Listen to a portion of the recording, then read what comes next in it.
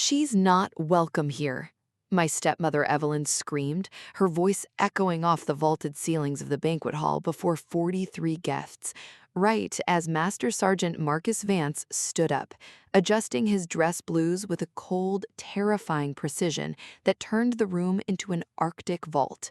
Subscribe right now if you want to see how a room full of powerful people can collapse in 60 seconds under the weight of one hidden truth. Because what Marcus held in his hand didn't just ruin a dinner, it unraveled a 3-year lie that had cost me my sanity. 5 minutes earlier, I was standing in the doorway of the Oak Ridge Manor, soaking wet from the torrential rain, clutching an unsealed brass cylinder with a worn serial code stamped on its side.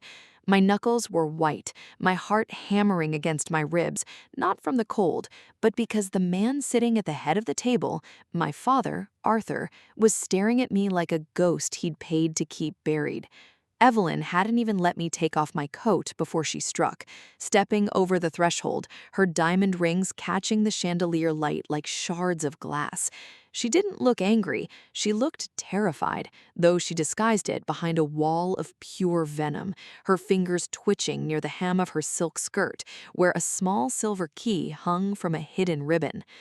"Look at yourself, Clara," Evelyn sneered, her voice dropping to a harsh whisper that carried across the silent tables.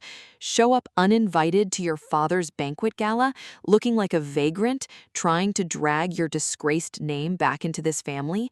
She slammed her glass down on the mahogany table, the red wine spilling like fresh blood across the white linen. "Get out before I have security throw you onto the pavement where you belong."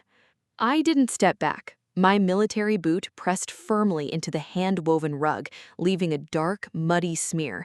"I didn't come for your dinner, Evelyn," I said, my voice dangerously steady, though my stomach was tied in knots. "I came for the envelope Arthur signed 6 hours ago at the garrison." Arthur's fork dropped with a sharp clatter against his porcelain plate. His eyes shifted frantically between me and Marcus Vance, who was sitting 3 seats down, his arms folded, his face completely unreadable. Marcus wasn't just a guest. He was the chief logistics officer who had signed off on my dishonorable discharge 2 years ago, the very man who had ruined my life. Or so I spent 24 months believing. "He didn't sign it 6 hours ago, Clara." Marcus's voice cut through the air like a blade, low and commanding. He stood up slowly, the metals on his chest clinking with a sound that made Evelyn flinch. "He signed it 3 years ago, before you even deployed." The entire room seemed to tilt, my breath caught in my throat. 3 years ago? That was impossible. 3 years ago, I was still on active duty, managing tactical supply lines in Fort Meade. If the document was signed then, it meant my deployment wasn't a standard rotation, it was an eviction. I looked at Marcus, my eyes narrowed, looking for the deception I'd known him for. "You showed me the court-martial papers yourself, Sergeant Vance. You told me my signature was on the missing inventory logs." Marcus didn't blink. He reached into his jacket, pulling out a heavy, dark red leather binder sealed with military-grade tape. "I showed you what your father paid me to show you, Clara, because if I didn't give you a reason to hate me, you never would have looked for the key in your mother's old desk." My hand flew to my pocket, touching the cool, hard surface of the old brass cylinder I dug out of the desk 3 hours prior. The serial code on it wasn't a supply tracking number, it was a lockbox combination. Evelyn's face drained of all color. She lunged forward, grabbing Arthur's arm with enough force to tear his jacket. "Arthur, stop this. He's weaponizing military protocol against civilians. Marcus Vance has no authority in this house."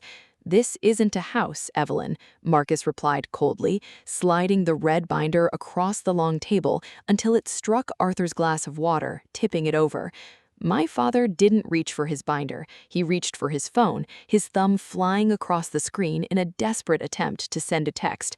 But before he could hit send, the screen flared red with a network override signal. "Don't bother," I said, stepping closer to the table, the mud from my boots leaving a track straight to my father's chair. The garrison communications array locked all private lines within 2 miles of Oak Ridge Manor 5 minutes ago. You taught me well, Dad.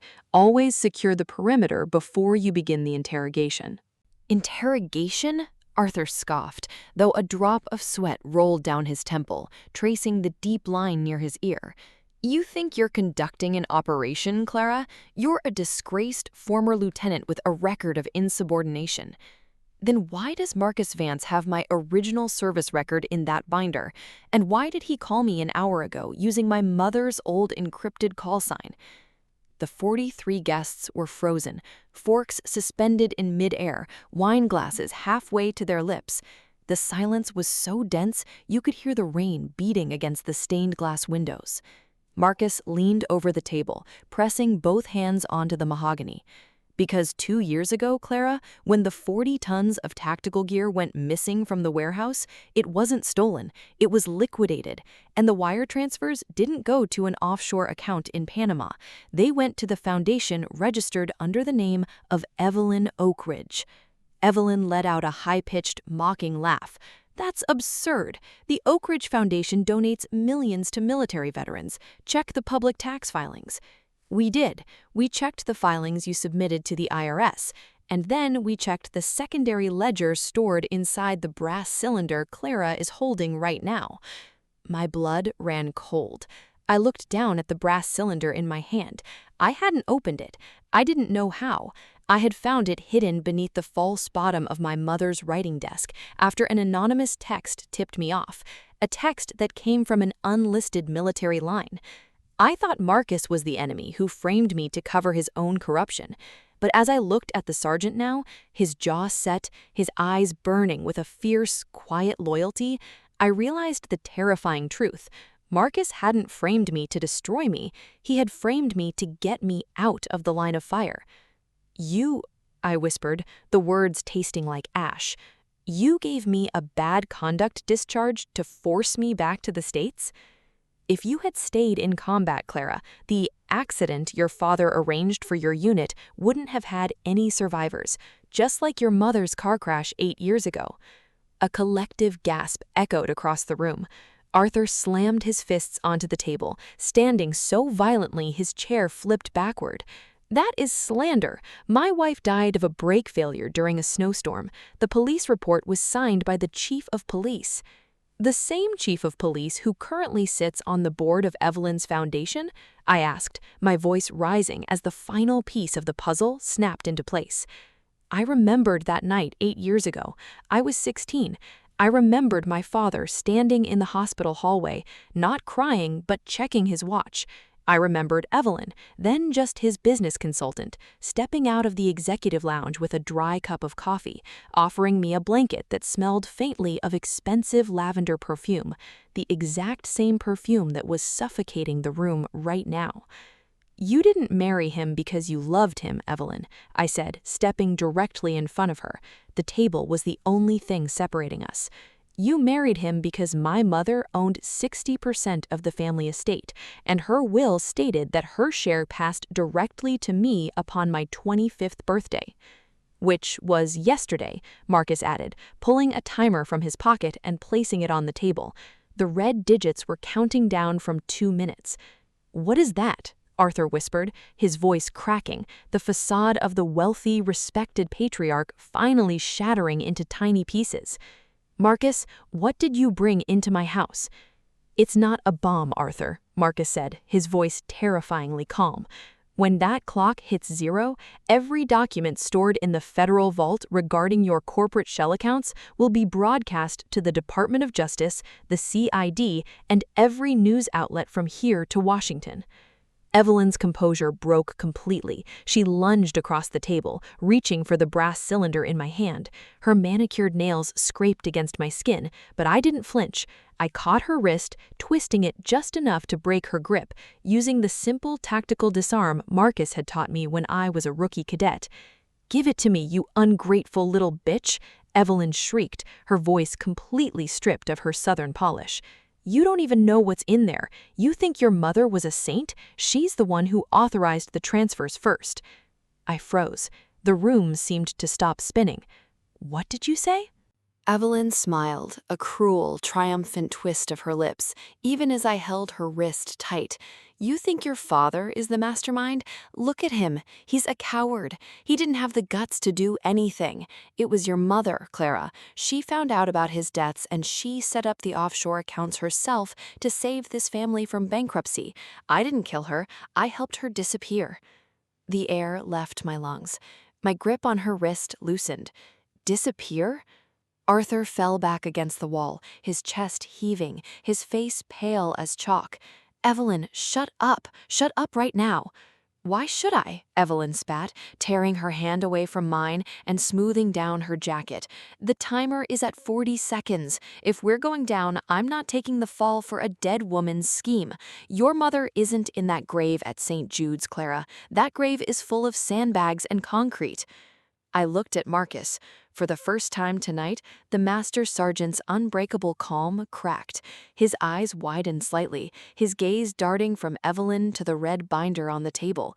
He hadn't known. The man who had orchestrated this entire sting, who had spent 3 years calculating every move to protect me, didn't know this layer of the lie. "Marcus," I whispered, stepping back, the floor feeling uneven beneath my feet. "Is that true?" Marcus didn't answer right away. He grabbed the binder, flipped to the last page, and pulled out a sealed yellow envelope stamped "Top Secret, Eyes Only." He tore it open with his thumb, his eyes scanning the blacked-out text. "The DNA match on the crash site recovery," he read aloud, his voice dropping an octave, "was never verified. It was signed off by a civilian coroner under local authority." "Because she's alive," Evelyn laughed hysterically, pointing a trembling finger at the door behind me. "She's been living in a private medical facility in Switzerland for 8 years, paid for by the very foundation you thought I was using to steal your money." "Why?" I screamed, the silence of the room exploding into raw, unfiltered agony. The timer on the table reached 0 with a sharp, piercing beep. Before anyone could speak, the massive double doors at the back of the banquet hall clicked open. The heavy rain outside whistled through the opening, bringing with it the cold night air and the smell of wet pavement. A tall woman stepped into the light of the foyer. She wore a dark wool coat, her silver hair pulled back in a sharp, military-style bun.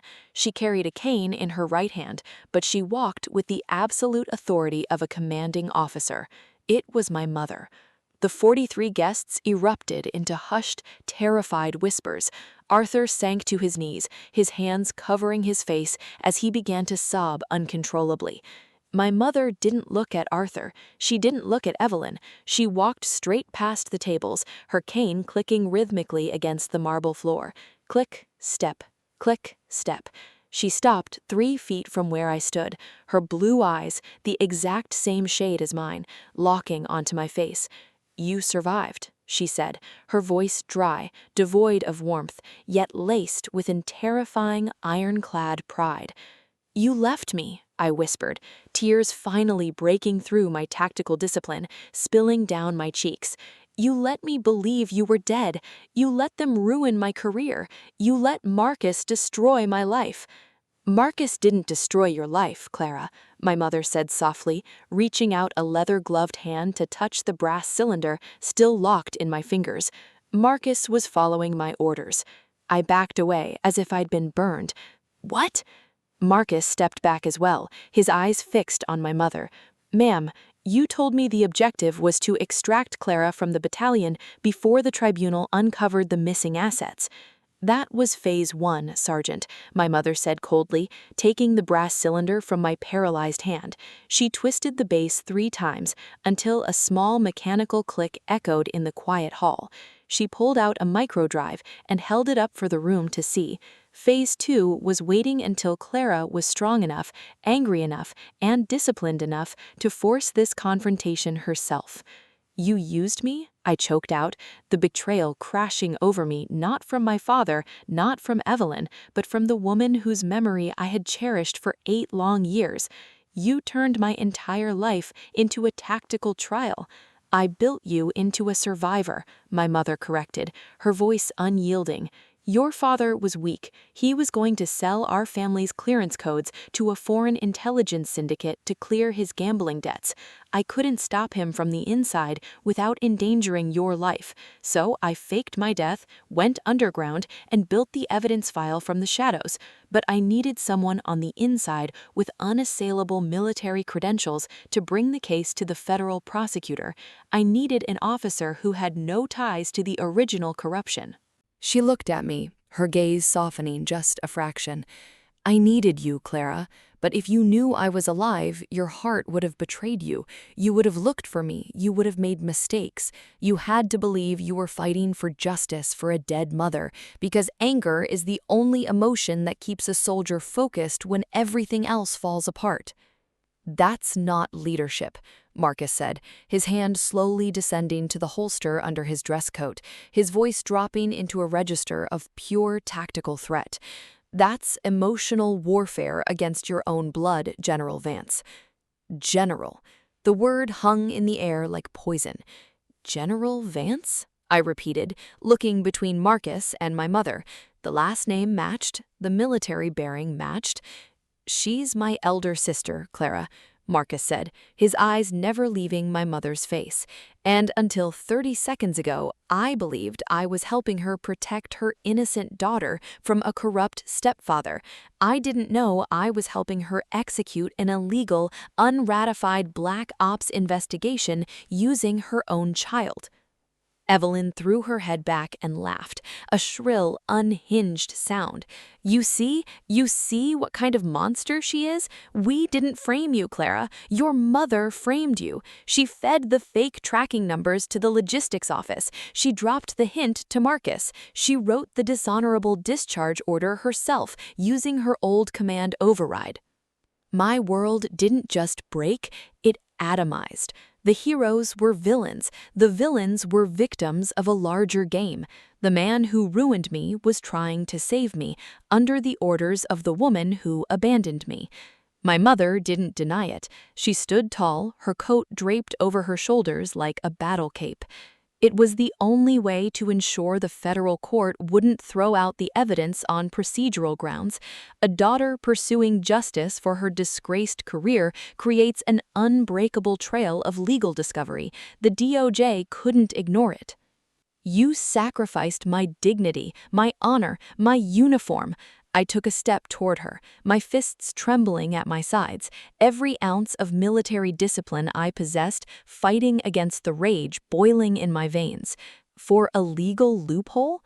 I saved your life, my mother barked, her voice carrying the thunder of a 4-star general.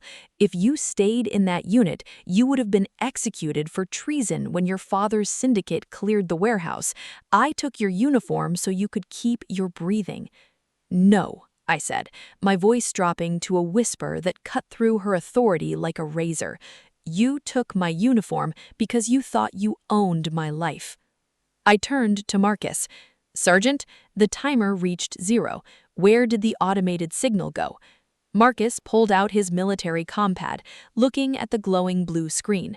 It went to the federal prosecutor's main server, Clara, but the signal contained the raw file from the garrison, including the command override signature used to issue your discharge. I looked back at my mother. The cold, calculating composure on her face finally flickered. A crack appeared in her armor. You thought you were setting a trap for Arthur and Evelyn, I said softly, reaching over to the table and picking up the red leather binder Marcus had brought.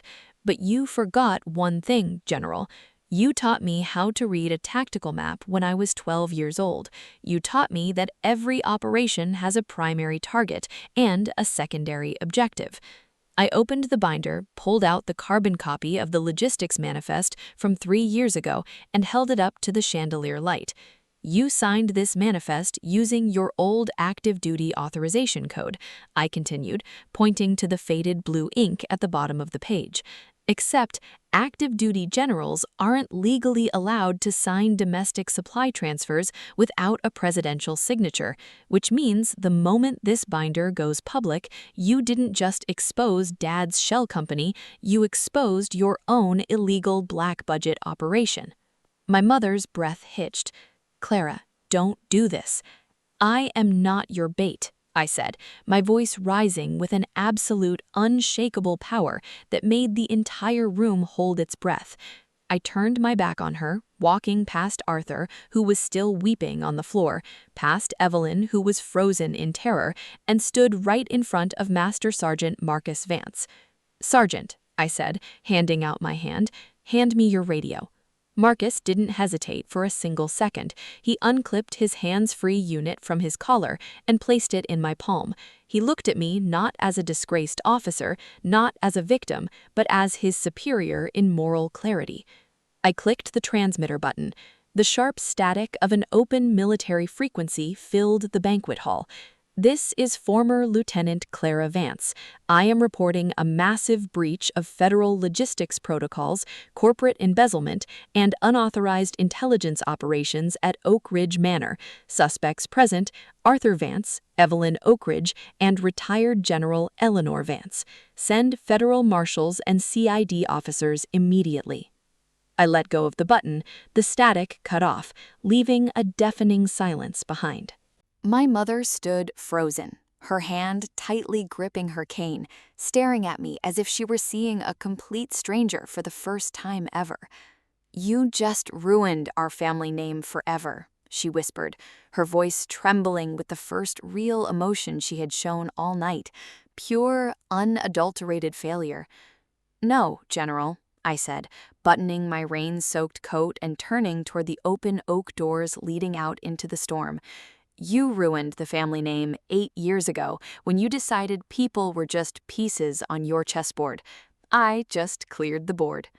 I walked out of Oak Ridge Manor, the cool rain falling against my face, washed clean of the lies, the fear, and the shadow of the people who thought they could break me.